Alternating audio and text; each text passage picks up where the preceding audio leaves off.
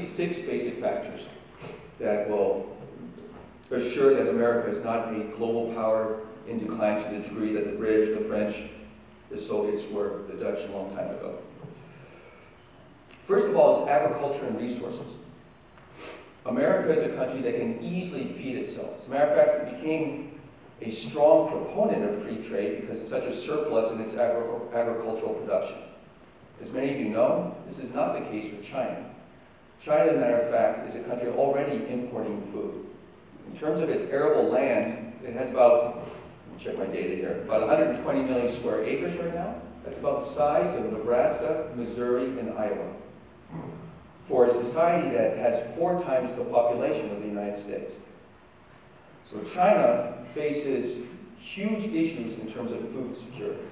The United States can easily feed itself. As a matter of fact, it is a major exporter of food. That might seem arcane and technical, but as China goes around the world trying to secure its food supplies, it's already beginning to experience backlash in Africa, Brazil, and other parts of the world.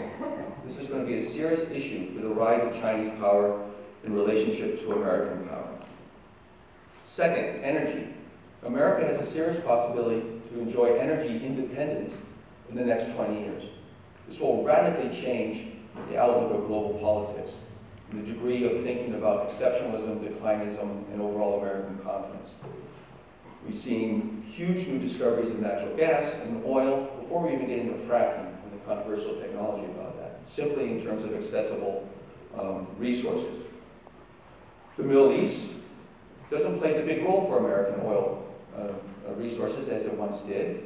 The country that by far is the most important for the United States in terms of energy supplies. Anyone know that offhand? Canada, by far. Canada supplies 15% of American oil. Saudi Arabia, only 8%.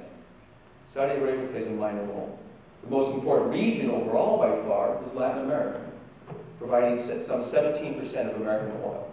Persian Gulf, 13%. Africa is close behind at 10%. So the Middle East and Saudi Arabian oil are losing importance for American energy and energy independence.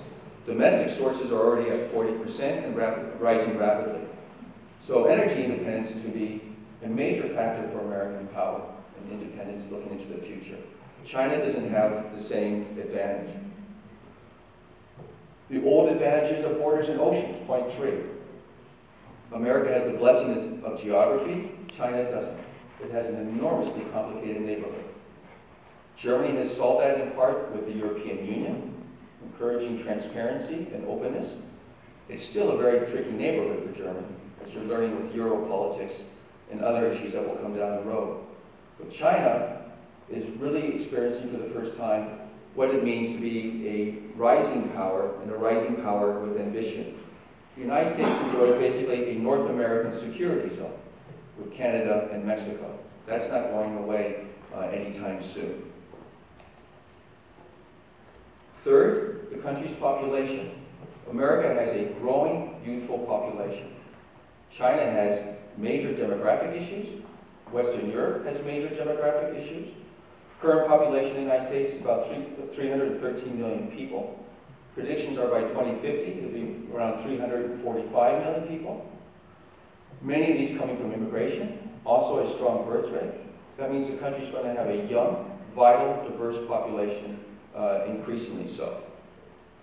I mean, projecting into 2050, we know is a dangerous game.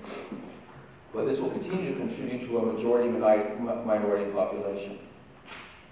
Point 5, and that is the nature of American capitalism. It is still, despite the crises, despite the weaknesses, despite the structural flaws, still a very innovative system.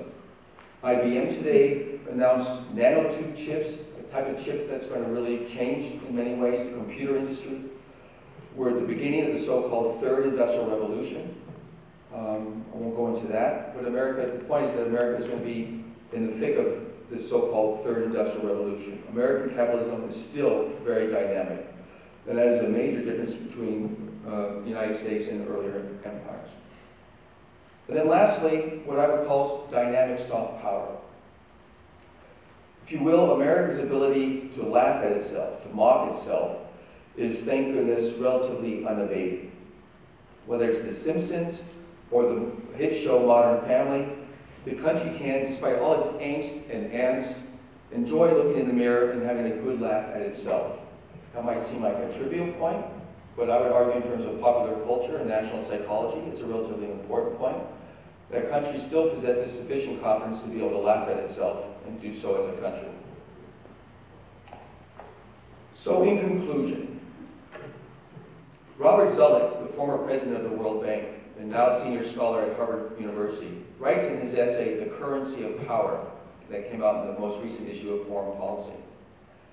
The current Australian Foreign Minister, Bob Carr, likes to know, the United States is one budget deal away from restoring its global preeminence.